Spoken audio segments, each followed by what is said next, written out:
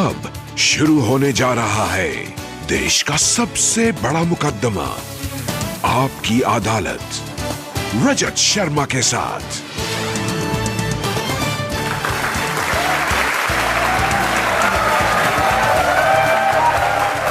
नमस्कार, आपकी अदालत में आपका स्वागत है। आपकी अदालत में पेश करेंगे आज एक ऐसी शख्सियत को जिन्होंने कम उम्र में बड़ी बड़ी मुसीबतें झेली, बड़ी बड़ी चुनौतियां झेली, लेकिन जो भी चुनौती उनके सामने आई उसको उन्होंने बखूबी निभाया, काम करके दिखाया। Please welcome Bharatiya Janata party के राष्ट्रीय अध्यक्ष अमित शाह।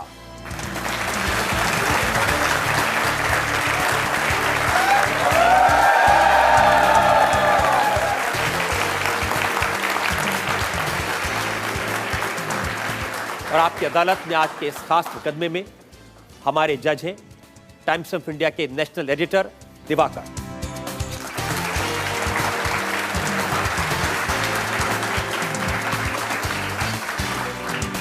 इससे पहले कि आपकी अदालत में आज का मुकदमा शुरू करें, आज के जज दिवाकर की इजाजत चाहेंगे आज की कार्रवाई शुरू करने के लिए। इजाजत है। और ऐसे इल्जामात और सवालात का सिलसिला शुरू हो, अमित भाई आपसे सवाल पूछे इससे पहले एक नजर डालेंगे अमित शाह के पॉलिटिकल करियर पर।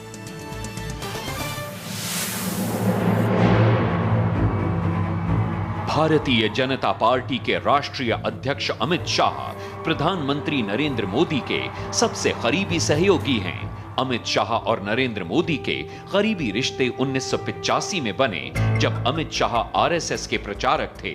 2001 में नरेंद्र मोदी को गुजरात का मुख्यमंत्री बनाने में अमित शाह की अहम भूमिका रही। 2002 में गुजरात के मुख्यमंत्री मोदी ने अपनी सरकार में अमित शाह को होम, ट्रांसपोर्ट और लॉ का मिनिस्टर ऑफ स्टेट बनाया।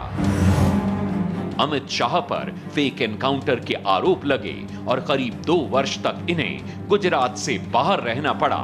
इन 2 वर्षों में अमित शाह ने दिल्ली की राजनीति में अपनी जगह बनाई। पिछले लोकसभा चुनाव में अमित शाह को उत्तर प्रदेश की जिम्मेदारी मिली और इन्होंने यूपी की 80 में से 73 सीटों पर रिकॉर्ड जीत दिलवाई। अमित शाह की संगठन बनाने की क्षमता को देखते हुए इन्हें 49 साल की आयु में बीजेपी का सबसे कम उम्र का अध्यक्ष बनाया गया। आपकी अदालत में अमित शाह अपना मुकदमा खुद लड़ेंगे। तो मुकदमा शुरू होता है। आपकी अदालत में पहला इल्जाम भारतीय जनता पार्टी के अध्यक्ष अमित शाह पर। आपकी अदालत में भारतीय जनता पार्टी के अध्यक्ष अमित शाह पर इल्जाम है कि 100 दिन में बीजेपी की हवा खराब हो गई है। कांग्रेस पार्टी के महासचिव राहुल गांधी, उन्होंने कहा कि 100 दिन जब पूरे हुए, बिजली नहीं है, पानी नहीं है, महंगाई है और प्रधानमंत्री नरेंद्र मोदी ढोल बजा रहे हैं। देखिए, अगर राहुल जी ने ऐसा कहा है तो हमारे तो 100 ही दिन हुए हैं, मगर बिजली, पानी, महंगाई के लिए 10 साल का शासन जिम्मेदार है, इसका तो वो स्वीकार कर ही रहे हैं। क्योंकि 10 साल उन्होंने शासन किया है, हमने सिर्फ 100 दिन तक शासन किया है। एक बात, हमारे पास मैंडेट 60 महीने का है। मैं एक एक चीज का, एक एक बात का जवाब दे सकता हूं कि 100 दिन में क्या क्या हुआ है। काफ़ी चीज़ें ऐसी हुई है जो 10 साल में यूपीए नहीं कर पाई, मगर मेरा सिर्फ इतना ही कहना है कि राहुल जी की सरकार ने, उनकी पार्टी ने 10 साल तक देश का ढोल बजाया, इसका कोई जवाब नहीं दे रहे और हमारे 100 दिन का हिसाब पूछ रहे हैं। ऐसा कैसे चल सकता है? नहीं, जनता तो सिर्फ ये पूछना चाहती है कि आपने कहा था अच्छे दिन आने वाले हैं, वो अच्छे दिन कब आएंगे? कुछ चीज़ें अगर आप आग्रही करते तो बताना चाहता हूँ। एक ही तिमाही के अंदर 1.5% से ज़्यादा विकास दर में वृद्धि, वो अच्छे दिन की शुरुआत है।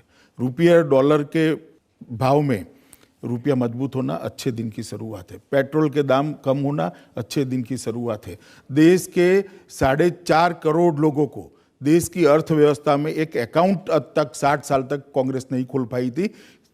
एक ही सप्ताह में 4.5 करोड़ लोगों का अकाउंट खोलकर अर्थव्यवस्था में हिस्सेदारी देना, उसको बीमा की सुरक्षा देना, ये अच्छे दिन की निशानी है। देश के इंफ्रास्ट्रक्चर पर जितने भी ऑब्स्टेकल थे सब क्लियर करके इंफ्रास्ट्रक्चर में काफ़ी आगे निकल जाना अच्छे दिन की निशानी है। देश के सम्मान को ठेस पहुंचाने वाला कदम पाकिस्तान उठाता है, अलगाववादियों से बात करता है, तो बेझिझक कोई मीटिंग करे बगैर पाकिस्तान से वार्ता बंद करने का निर्णय करना अच्छे दिन की शुरुआत है।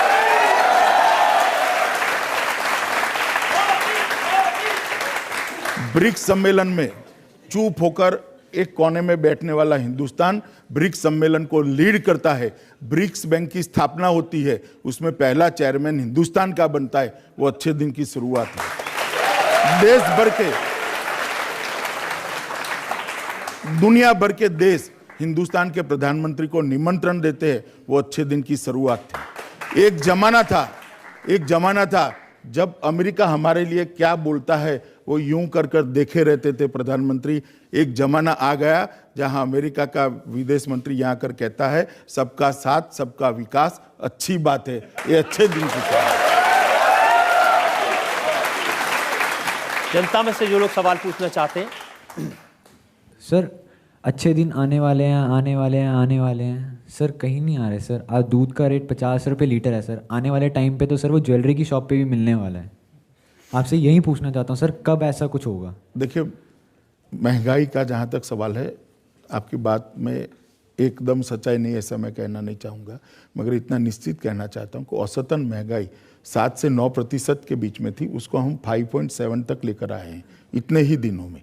आने वाले दिनों में विशेषकर खाने पीने की चीज़ों पर महंगाई कंट्रोल करने के लिए सरकार ने एक साइंटिफिक सिस्टम बनाया है, एक प्राइस स्टेबलाइजेशन फंड की रचना करी है, आलू और प्याज के निर्यात पर काफ़ी कठोरता से रोक लगाई है, 2 लाख टन चावल गेहूं बाजार में डाला है जिसके कारण कंट्रोल हो सके, काला बाजारियों को भी कंट्रोल करने के लिए एक विशेष प्रकार के प्रयास किए हैं। और एक खरीफ की फसल बाजार में आने के बाद तुरंत ही कितना कम पड़ रहा है उसको देखकर आयात की भी व्यवस्था करेंगे। और खाने पीने की चीज़ों के दामों को कंट्रोल करना भारतीय जनता पार्टी की सरकार की प्रायोरिटी है। उसमें मुझे लगता है कि अक्टूबर के बाद तुरंत परिवर्तन दिखने लगेगा। यहाँ भारतीय जनता पार्टी अभी तक बुलेट ट्रेन का हल्ला करे जा रही है, तो क्या ज़्यादा ज़रूरी है, यूथ की जॉब, यहाँ की पॉवर्टी को हटाना या बुलेट ट्रेन? हमने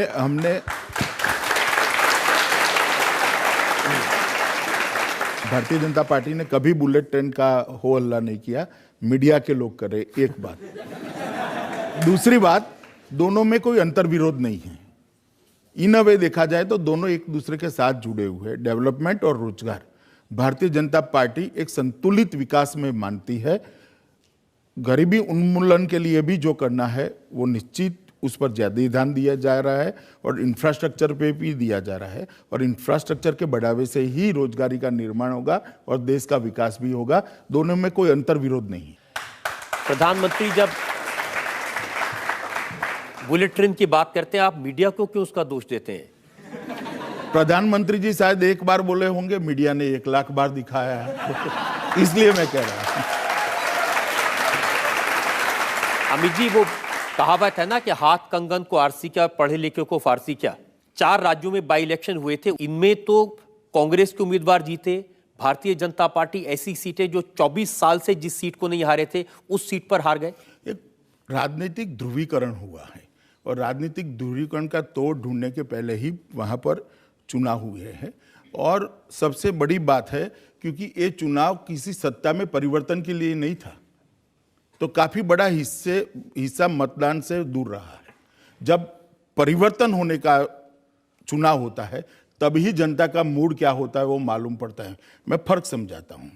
एक उपचुनाव की, असेंबली के उपचुनाव से सरकार, राज्य की सरकार में कोई परिवर्तन नहीं होता है, मगर राज्य की जब नई सरकार बनती है तब जनता तय करती है कि इस राज्य में किस नेता की सरकार चाहिए, किस पार्टी की सरकार चाहिए। अब आने वाले दिनों में महाराष्ट्र, हरियाणा, झारखंड और जम्मू कश्मीर में सरकारें बनने जा रही है। आप देखिएगा परिणाम निश्चित रूप से भारतीय जनता पार्टी की तरफ में होंगे और इतनी बड़ी मात्रा में आएंगे कि हमारा कांग्रेस मुक्त भारत का अभियान एक बड़े स्टेज को पार कर कर आगे निकल जाएगा। आप आने वाले चुनाव की बात कर रहे हैं, मैं जिसका नतीजा आ गया उसकी बात कर रहा हूं। बाई इलेक्शन के वक्त में आपने बिछड़ों को मिला दिया, नीतीश कुमार लालू को फेविकोल से चिपका दिया। वो ही बताता है भारतीय जनता पार्टी कितनी बड़ी ताकत है। कल तक जो लोग सैद्धांतिक तौर पर मेरी बात ठीक से सुनिएगा, पॉलिटिकली नहीं, सैद्धांतिक तौर पर धूर विरोधी हुआ करते थे, वो लोग भारतीय जनता पार्टी के भय से गले मिलने लगे हैं। चलो एकता का तो एक काम भारतीय जनता पार्टी ने कर दिया, लेकिन उसका नतीजा ये हुआ कि जो सीटें आप कभी नहीं हारे थे वो हार गए। नतीजा बिहार की जनता जब बिहार की सरकार चुनने के लिए मतदान करेगी तब निश्चित ही देख लेना रजत जी, नतीजा हमारे पक्ष में होगा। इस तरह के अपवित्र गठबंधन को हिंदुस्तान की जनता कभी स्वीकार नहीं करती। और सिर्फ बिहार की बात नहीं, उत्तराखंड 3 सीटें आपके सीटें थी, आपके एमपीज ने खाली की थी। रजत जी, मैं अभी भी आपको कहता हूं कि उपचुनाव के नतीजों से जनता का मूड मत नापिए, आप गलती करें। कहीं आप गलतफहमी में मत रह जाइए, क्योंकि दिग्विजय सिंह कह रहे थे कि राहुल गांधी अगर पिछले चुनाव में बोले होते तो कांग्रेस बेहतर करती। अब उन्होंने बोलना शुरू किया धीरे धीरे। देखिए, मैं दिग्विजय सिंह जी से एक बात में सहमत हूं, राहुल जी मौन रहे हैं, इसमें मैं सहमत हूं। अगर बोले होते तो इतना भी न आता।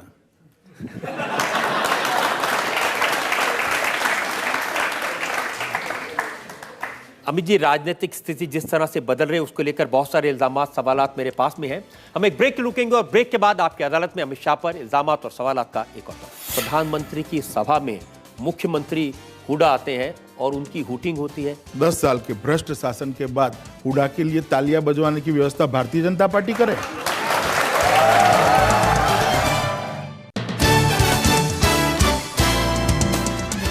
Welcome back. आज हम सवाल पूछ रहे हैं, मुकदमा चला रहे हैं, इल्जाम लगा रहे हैं भारतीय जनता पार्टी के अध्यक्ष अमित शाह पर। आपकी अदालत में अगला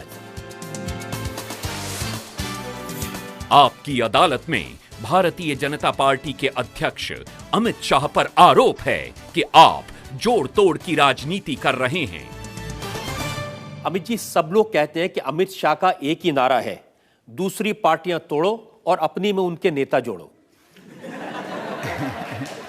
खैर, मैंने तो नारा नहीं सुना, मगर आप कहते हैं तो मैं मान लेता हूं। राजनीति के अंदर मैं सीधा सपाट काम करने वाला व्यक्ति हूं।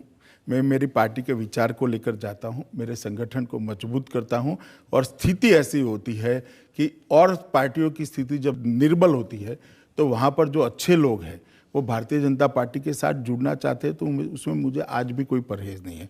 मैं ऑन द कॉन्ट्ररी आपकी अदालत में अपील करना चाहता हूं कि जो लोग देश के विकास यज्ञ के अंदर अपना योगदान देना चाहते हैं, जो शुद्ध राजनीति में मानते हैं और जो देश के प्रधानमंत्री के नेतृत्व में विश्वास करते हैं, उन लोगों को मैं अपील करना चाहता हूं कि भारतीय जनता पार्टी के साथ जुड़े और देश के निर्माण में अपना सहयोग। आप तो यही पार्टियां तोड़ना शुरू कर दिया। मेरा काम मेरी पार्टी बनाना है, मेरा काम औरों की पार्टी बचाना नहीं है। एक बार मैं इतना स्पष्ट कह दूं कि राजनीति के अंदर जब एक विचार लेकर दूर तक पार्टी जाती है और जब वो विचार की प्रासंगिकता ही नहीं रह जाती, तब विचार के आधार पर काम करने वाले काफ़ी कार्यकर्ता पार्टी से कटते हैं तो और जगह पे अपने अनुकूल विचार वाली विचारधारा और व्यक्ति को ढूंढते हैं। ये प्रोसेस आज़ादी के बाद से सालों से चल रहा है, कोई नया प्रोसेस नहीं है और हर बार हुआ है। इसको सीधा पार्टी तोड़ने के साथ मत जोड़िए। भजनलाल की तरह पूरी की पूरी पार्टी लेकर एक पार्टी में मर्ज हो जाना, पार्टी को तोड़ देना, सरकारों को तोड़ देना, ये ना भारतीय जनता पार्टी का चरित्र है, ना हमने ऐसा कभी किया है। अमित जी, ये भारतीय जनता पार्टी का चरित्र है कि दिल्ली में सरकार बनाने के लिए आप दूसरी पार्टियों में तोड़फोड़ कर रहे हैं?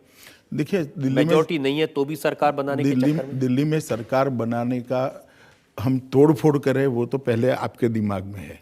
भारतीय जनता पार्टी ने तो अब तक कुछ करा नहीं। दूसरी बात, दिल्ली की जनता का जनादेश आज भी भारतीय जनता पार्टी के साथ है।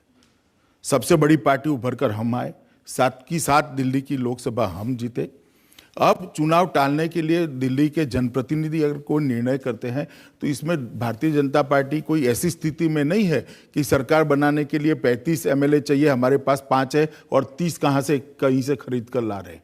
खरीद फरोख्त की बात नहीं है।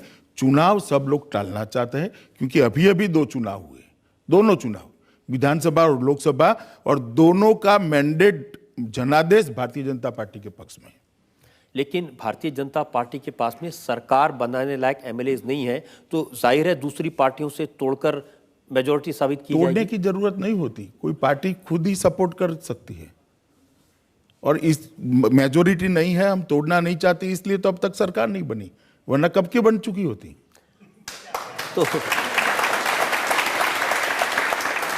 तो दिल्ली में तो 2 ही पार्टियां राइवल है, एक कांग्रेस पार्टी और एक आम आदमी पार्टी, तो कौन सी टूटेगी?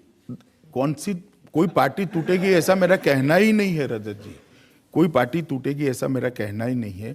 दिल्ली में भारतीय जनता पार्टी सबसे बड़ी पार्टी है, सरकार बनाने का हमारा अधिकार है। कोई हमें समर्थन करता है तो हम जरूर चाहेंगे कि चुनाव टल जाए, क्योंकि दोनों बार जब विधानसभा के चुनाव हुए तब भी और उसके बाद में लोकसभा के चुनाव में तो पूर्णतः दिल्ली की जनता ने भारतीय जनता पार्टी के पक्ष में मैंडेट दिया है। भारतीय जनता पार्टी का अधिकार है सरकार बनाने का, अगर चुने हुए प्रतिनिधि उसका समर्थन करते हैं। इसका एक अर्थ यह लगाया जा रहा है कि भारतीय जनता पार्टी दिल्ली में चुनाव में जाने से डर रही है। देखिए रजत जी, आप अर्थ लगाते रहिए, निकालते रहिए। मैंने मेरी बात बड़ी स्पष्टता से की है कि 2 बार भारतीय जनता पार्टी के पक्ष में मैंडेट आया है और कोई कंफ्यूज मैंडेट नहीं है, स्पष्ट मैंडेट है। लोकसभा के चुनाव में 7 की 7 सीटें भारतीय जनता पार्टी को दिल्ली की जनता ने दी है। उसके बाद अगर भारतीय जनता पार्टी को समर्थन मिलता है और सरकार बनाती है भारतीय जनता पार्टी, तो मैं इसमें कुछ नीनैतिक नहीं देख रहा। मुझे इसलिए शक होता है, अमित शाह भारतीय जनता पार्टी के अध्यक्ष बनने के बाद जहां जाते हैं, हरियाणा में आप गए तो वीरेंद्र सिंह टूटकर आ गए, हरियाणा की पार्टी के कांग्रेस के बहुत सारे नेता टूटकर आपकी पार्टी में आ गए। नहीं, इसके लिए 2 कारण जिम्मेदार है। कोई अमित शाह या भारतीय जनता पार्टी प्रोएक्टिव हुई है वो नहीं है। एक तो देश की जनता ने जो जनादेश दिया है वो, और जिस तरह से हमारी सरकार चल रही है, ये 2 कारण इसके लिए जिम्मेदार है।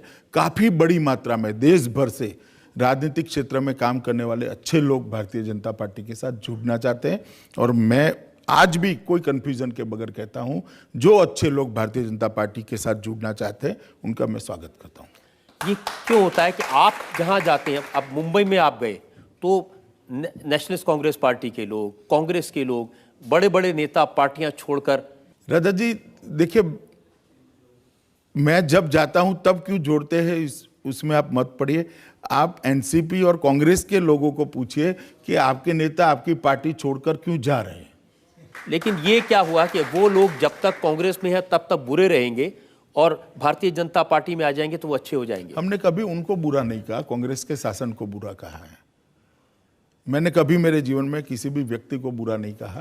कांग्रेस ने जिस प्रकार की सरकार चलाई, जिस तरह से सरकार का कामकाज चला, वो ठीक नहीं था, देश की हित में नहीं था, और विशेषकर देश की सुरक्षा और सम्मान को बचाने के लिए नहीं था। वो मैंने हमेशा कहा। लेकिन सम्मान तो भारतीय जनता पार्टी ने, प्रधानमंत्री ने भी नहीं किया। प्रधानमंत्री की सभा में मुख्यमंत्री हुडा आते हैं और उनकी हुटिंग होती है।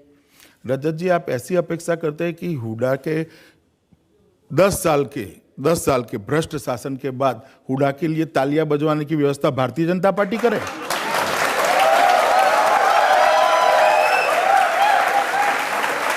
अरे भाई,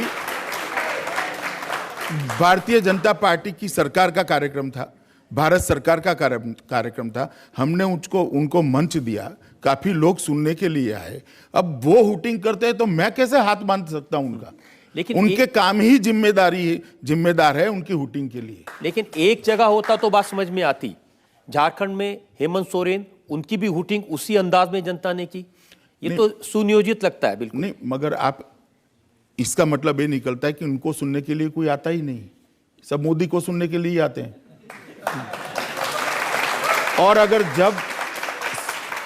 और सब लोग अगर मोदी जी को सुनने के लिए आते हैं तो परिणाम तो स्पष्ट है। रजत जी, आनंद शर्मा का बयान मैंने देखा, उन्होंने कहा भारतीय जनता पार्टी के लोग सुनियोजित तरीके से मुख्यमंत्रियों को बुलाकर उनका अपमान करते हैं जनता के सामने।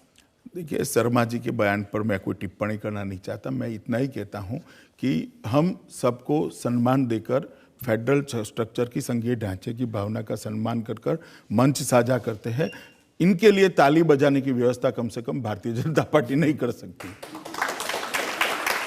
लेकिन विरोधी दल का इतना सम्मान तो करें कि कांग्रेस आपसे बार बार कह रही है कि हमें लीडर ऑफ ऑपोजिशन का पद दे दीजिए, विपक्ष के नेता की पोजीशन दे दीजिए। देखिए, भारतीय जनता पार्टी का फैसला नहीं है कि उनको विपक्षी नेता का पद नहीं मिल रहा है। ये देश की जनता का फैसला है कि विपक्ष के नेता के लिए जितने सांसद उनको चाहिए थे वो देश की जनता ने चुनकर उनके नहीं भेजे सांसद में। ये मेरा फैसला नहीं है, ना भारतीय जनता पार्टी का है। संविधानिक व्यवस्था जो बनी है कि 10% लोग चुनकर आने चाहिए। कांग्रेस को अगर देश की जनता इतना वोट नहीं दे सकती है तो मैं क्या कर सकता हूं? और कोई दल होता और ये डिमांड करता तो मैं उसको जायज भी मान सकता था, मगर कांग्रेस को कोई अधिकार नहीं है, क्योंकि 25 साल तक कम से कम कांग्रेस ने विपक्षी दलों को विपक्ष के नेता का अधिकार नहीं दिया है। 25 साल किस मुंह से कांग्रेस मांग कर रही है? किस मुंह से मांग कर रहे हैं? कहां गई थी ये स्पिरिट 80 में? कहां गई थी ये स्पिरिट जब राजीव गांधी प्रधानमंत्री थे? तब तो सब ठीक चलता था, डेमोक्रेटिक प्रोसेस के हिसाब से चलता था। और आज जब भारतीय जनता पार्टी का बहुमत आया है, जनता ने आपको नकार कर 55 से कम सीटें दे दी है, तब हम संविधान का पालन नहीं कर रहे हैं। कैसी दो तरफा बातें हैं? इसलिए अमित जी, क्योंकि जो विपक्ष के नेता है उसकी भूमिका है सीवीसी के अपॉइंटमेंट में, उसकी भूमिका होगी लोकपाल के अपॉइंटमेंट में, उसकी भूमिका होगी national human rights commission appoint करने में। तो फिर कौन करेगा ये? देखिए, कौन करेगा पहले भी होता रहा होगा, अब भी होगा। कंसल्टेशन का एक नया प्रोसेस इवॉल्व होगा। मगर इसके कारण आप ऐसा कह दो कि मेरे अंदर पात्रता नहीं है मेरी पार्टी में, फिर भी मुझे दे दो। और अंततोगत्वा तो निर्णय परंपराओं के आधार पर, संविधान के आधार पर स्पीकर ने किया है। मगर मैं मानता हूं कि कम से कम कांग्रेस पार्टी को यह मांग करने का अधिकार नहीं है, क्योंकि देश को उन्होंने 25 साल तक विपक्ष के नेता के पद से महरूम रखा है। एक और ब्रेक के लिए मुझे रुकना है, और ब्रेक के बाद आपकी अदालत में अमित शाह पर इल्जाम और सवाल का एक और। अगर किसी मंत्री ने कहा है तो उसका नाम बेबाक तरीके से मीडिया ने बताना चाहिए। मीडिया क्यों डर रहा है? हम डरे वो तो ठीक है आपसे, हम चाहते मगर आप किससे डर रहे हो भाई? आप मत डरो।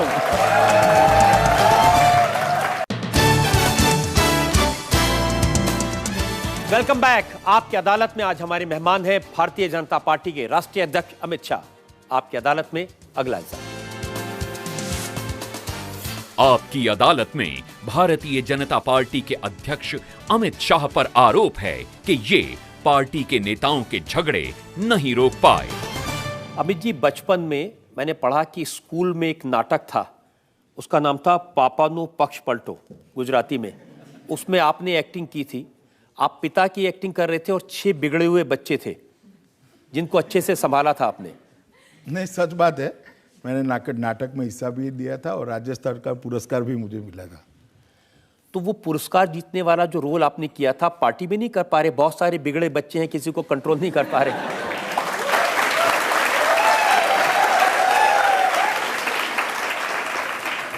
देखिए रजत जी, मैं आपकी बात से कतई सहमत नहीं हूं कि पार्टी में कोई बड़े झगड़े चल रहे हैं। मगर हाँ, एक बात निश्चित है, मीडिया का एक निश्चित वर्ग पार्टी में झगड़े कराने का ट्राई कर रहा है और सफल नहीं हो रहा है। देखिए, उस मीडिया के वर्ग की मैं बात बता रहा हूँ। इतना बड़ा फसाना बना, होम मिनिस्टर राजनाथ सिंह को लेकर प्रधानमंत्री ने उनके बेटे को बुलाया, ये खबर छपी, उनके बेटे को उन्होंने डांटा रिश्वत लेने के लिए, फिर होम मिनिस्टर ने उसका डिनाइल किया। काफी दिन तक ये फसाना चलता रहा। डिनाइल करना कोई बुरी बात है क्या? कोई गलत खबर छपेगी तो डिनाइल ही करेंगे। सिर्फ ये नहीं छपा है। देखिए, होम मिनिस्टर, गृह मंत्री जी के बारे में जो छपा है वो भी गलत है। प्रकाश जावड़ेकर के बारे में छपा है वो भी गलत है। धर्मेंद्र प्रधान के बारे में छपा है वो भी गलत है। मगर एक वर्ग ये प्रयास कर रहा है कि कहीं ना कहीं कुछ तरीके से सब कुछ ठीक नहीं, ऐसा एक मैसेज चला जाए। मैं आज आपकी अदालत के माध्यम से कहना चाहता हूं, ये चारों बातों में एक भी बात सत्य नहीं है।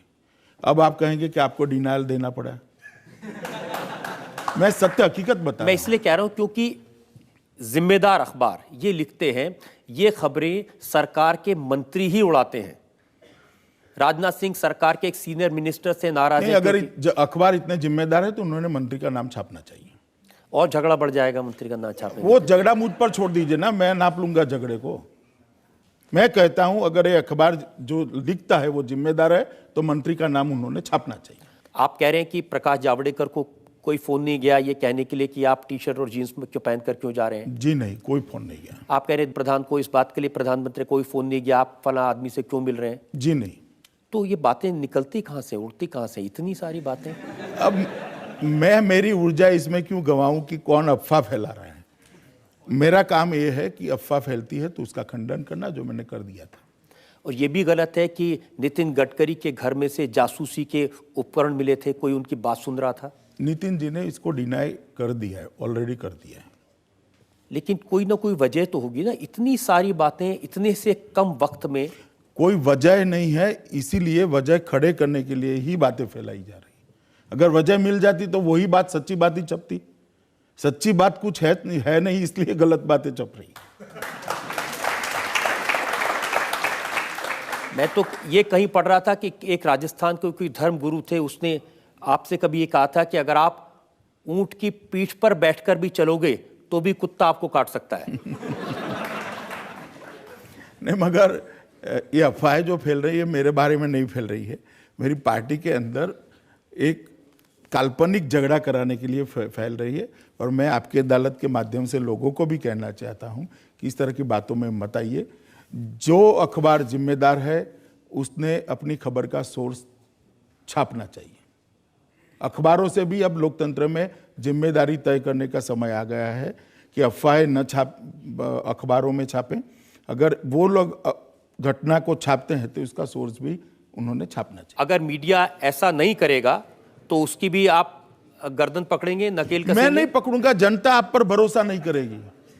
झूठ ज्यादा दिन तक नहीं चलेगा। अगर किसी मंत्री ने कहा है तो उसका नाम बेबाक तरीके से मीडिया ने बताना चाहिए। मीडिया क्यों डर रहा है?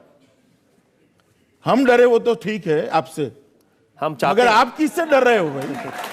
आप मत डरो। मैं उम्मीद करता हूं कि इन डरने वालों में आप मुझे शामिल नहीं कर रहे। नहीं, मैं इन जनरल बात कर रहा हूं। मैं इस बात के लिए आपको अमित जी अप्रिशिएट करना चाहता हूं कि आपने इन किसी सवालों को टालने की कोशिश नहीं की, आपने उनका सीधे से जवाब दिया और ये सारी बातों को बहुत अच्छे से क्लैरिफाई कर दिया। आपकी अदालत में अमित शाह पर अगले इल्जाम पर जाएं उससे पहले एक छोटा सा। ये तो आश्चर्य होता है कि सोनिया जी ने ये 600 घटनाओं की सूची भी नहीं मांगी। सूची तो मांगी है भाई, कहां हुई है 600 घटनाएं? 600 दंगों का मतलब जानते हैं? कम से कम 3000 थानों में कर्फ्यू लगना, तो देश में आग लग जाएगी जी।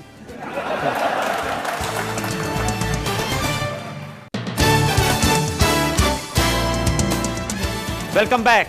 आपकी अदालत में आज मुकदमा चला रहे हैं, सवाल पूछ रहे हैं बीजेपी के राष्ट्रीय अध्यक्ष अमित शाह से। आपकी अदालत में अगला इल्जाम। आपकी अदालत में भारतीय जनता पार्टी के अध्यक्ष अमित शाह पर इल्जाम है कि ये सांप्रदायिकता को बढ़ावा देते हैं। सोनिया गांधी का इल्जाम है, जब से मोदी सरकार सत्ता में आई है देश में 600 से ज्यादा हादसे हुए हैं कम्युनल वायलेंस के। राजा जी, ये जो घटनाएं हैं जिनका जिक्र सोनिया जी कर रही है, मैं उनकी ज्ञान में थोड़ी आपूर्ति करना चाहता हूं। ये जो घटनाएं का जिक्र वो कर रही है वो कौमी दंगे नहीं है। एक हिंदू लड़का जा रहा है और किसी मुस्लिम ने उसका पॉकेट मार लिया तो उसको कौमी घटना कर कर रिपोर्टिंग होती है। उसको आप कौमी दंगा कहेंगे? एक हिंदू का ट्रक जा रहा है और किसी मुसलमान की गाड़ी से ट्रक टकरा गया तो इसको कम्युनल वायलेंस कहते हैं। आप इसको कम्युनल वायलेंस कहेंगे? इस प्रकार की है घटना। और मुझे तो आश्चर्य होता है कि सोनिया जी के बयान के बाद पूरे देश भर के मीडिया ने इतना तूल देने के पहले ये 600 घटनाओं की सूची भी नहीं मांगी। सूची तो मांगिए भाई, कहां हुई है 600 घटना? 600 दंगों का मतलब जानते हैं? कम से कम 3000 थानों में कर्फ्यू लगना, तो देश में आग लग जाएगी जी।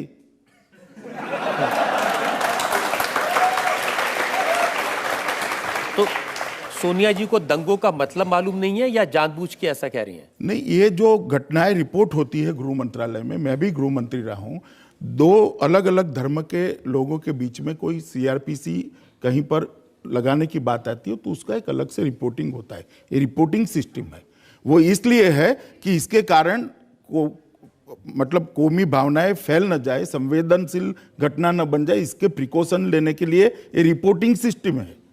इसका मतलब ये नहीं कि वहां दंगा हो गया, दंगा न हो इसके लिए प्रिकॉशनरी रिपोर्टिंग का सिस्टम हमारे देश में बना हुआ है। मैं मान लेता हूं कि इतनी बड़ी संख्या में दंगे नहीं हुए, लेकिन भारतीय जनता पार्टी के नेता सांप्रदायिक उन्माद फैलाने की कोशिश करें, इससे भी आप इनकार करते हैं? देखिए, पहली बात मैं आपको बता दूं, जहां तक ये घटनाएं, दंगे, ये सब बात है, पहले एक बात स्पष्टता से समझ लीजिए, law and order state subject होता है, वो भारत सरकार का विषय नहीं है।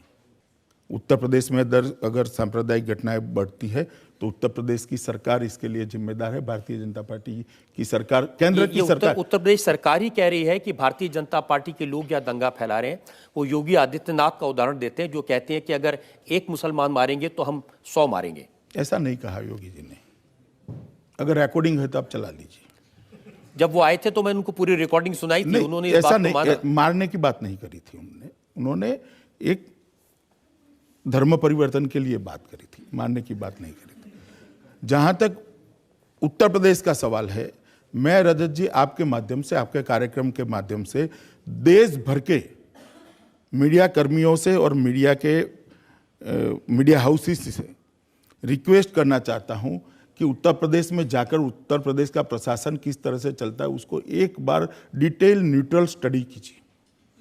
पूरा का पूरा प्रशासन एक तरफा कार्यवाही कर रहा है और उसी के कारण कौमी भावनाएं उत्तर प्रदेश में बिगड़ती है, कोई और कारण नहीं है इसका, एकमात्र कारण। और जब जनता के साथ अन्याय होता है तो स्वाभाविक रूप से भारतीय जनता पार्टी का कार्यकर्ता उसकी आवाज बनेगा, घर पे नहीं बैठ सकते हम। प्रशासन एक तरफा कार्यवाही कहीं पर भी करेगा तो भारतीय जनता पार्टी का कार्यकर्ता जनता के साथ रहकर इसका विरोध करेगा। अगर एक तरफा कार्यवाही होना बंद हो जाए तो अपने आप उत्तर प्रदेश की स्थिति सुधर जाएगी। मैं एक अलग बात पूछना चाहता हूं, हमारे पक्ष की भी सरकारें देश में कई जगह पे है या नहीं है ना? जरूर है जी। हमारी विपक्ष की भी सरकारें हैं, बिहार में है, महाराष्ट्र में है या नहीं है? क्यों सब जगह पे स्थिति नहीं बिगड़ती है? हम भी है, विपक्ष भी है, हमारी सरकार भी है, हम भी है। उत्तर प्रदेश में सिर्फ क्यों स्थिति बिगड़ती है? क्योंकि बाकी सब जगह पे समाजवादी पार्टी नहीं है, उत्तर प्रदेश में समाजवादी पार्टी। अमित जी, आप इस बात से कैसे इनकार कर सकते हैं कि उत्तर प्रदेश में लव जिहाद के नाम पर आंदोलन छेड़ने वाले, आवाज उठाने वाले भारतीय जनता पार्टी के लोग हैं? देखिए, कोई विशिष्ट घटना के आधार पर अगर किसी बालिका के साथ या किसी महिला के साथ अन्याय हुआ है और उसके सामने आंदोलन करेंगे तो इतना बड़ा उसको लव जिहाद करके स्वरूप देने की जरूरत नहीं है। एक सामाजिक समस्या है जिसके सामने कहीं कहीं और कई संगठन आवाज उठा रहे हैं, मगर चूंकि भारतीय जनता पार्टी की सरकार आज दिल्ली में है, मोदी जी प्रधानमंत्री है, इसलिए भारतीय जनता पार्टी पर बड़े आराम से आरोप लगा देते हैं। लेकिन ये बात, मगर मैं एक बात कहना आपको चाहता हूं कि उत्तर प्रदेश के अंदर जो स्थिति बनी है उसके लिए भारतीय जनता पार्टी इसलिए जिम्मेदार नहीं हो सकती क्योंकि उत्तर प्रदेश से पहला चुनाव महाराष्ट्र में है, हरियाणा में है, झारखंड में है, वहां कहीं ऐसी स्थिति नहीं है। वहां क्यों भारतीय जनता पार्टी उन्माद नहीं फैला रही? वहां हमें वोट नहीं चाहिए, वहां भी वोट चाहिए, हमें उन्माद फैलाकर वोट नहीं चाहिए रजत जी। मगर समाजवादी पार्टी की सरकार उत्तर प्रदेश में एक तरफा वोट बैंक की राजनीति कर रही है और प्रशासन को वोट बैंक को कंसोलिडेट करने के लिए उपयोग कर रही है। इसके रिएक्शन में दंगे हो रहे हैं वहां पर। समाजवादी पार्टी प्रशासन को अपनी तरीके से काम करने दे, सीआरपीसी के हिसाब से काम करने दे, कानून और व्यवस्था में दखल उनके मंत्री बंद कर दे, अपने आप स्थिति कंट्रोल में आ जाएगी। मैंने वहाँ के मुख्यमंत्री से बात की थी। उनका कहना है कि भारतीय जनता पार्टी के लोग प्यार मोहब्बत करने वाले लोगों पर पाबंदी लगाना चाहते हैं। उन्होंने कहा कि अगर मुस्लिम लड़का हिंदू लड़की से शादी कर ले तो लव जिहाद, लेकिन अगर हिंदू लड़का मुस्लिम आदमी शादी कर ले तो ये गर्व की बात। नहीं, भारतीय जनता पार्टी ने ऐसा कभी नहीं कहा।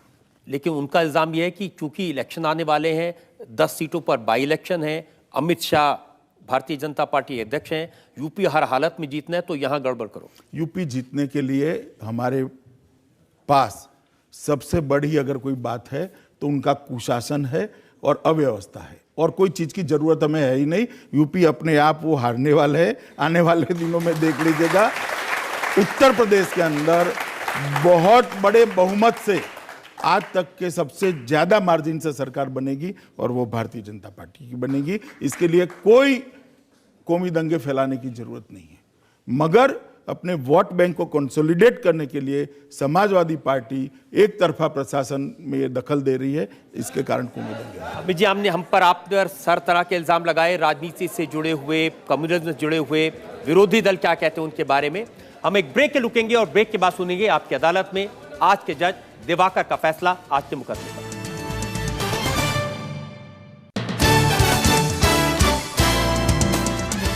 Welcome back. आपकी अदालत में आज हमने मुकदमा चलाया भारतीय जनता पार्टी के राष्ट्रीय अध्यक्ष अमित शाह पर।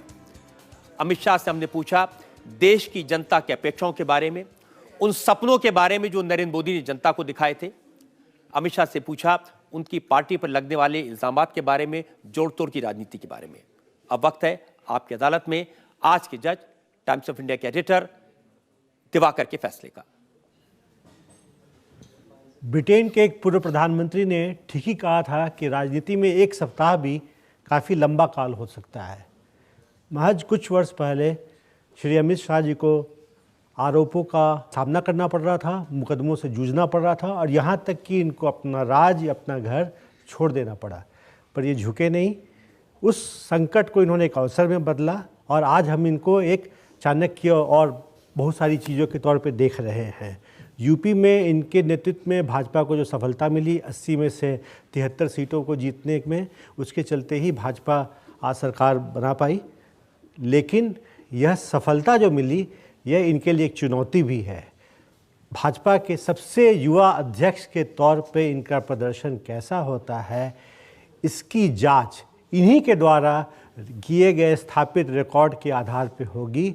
और चूँकि इन्होंने अपेक्षाएं भी काफ़ी जगाई हैं, इससे लगता है कि यह कसौटी बहुत सख्त होगी। हमारी उनके प्रति मंगल कामनाएं।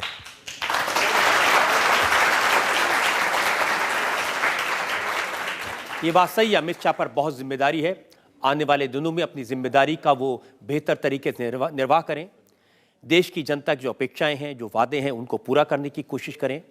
अपनी सरकार पर नजर रखने का काम करें, अपने मंत्रियों से काम करवाने का काम करें, जनता की जो भावनाएं हैं, उनको अपेक्षाएं, उनको पूरा करने का काम करें। इस उम्मीद के साथ आज का मुकदमा यही खत्म करते हैं। अगले सप्ताह से मुलाकात होगी आपकी अदालत में एक नई शख्सियत के साथ। तब तक के लिए नमस्कार।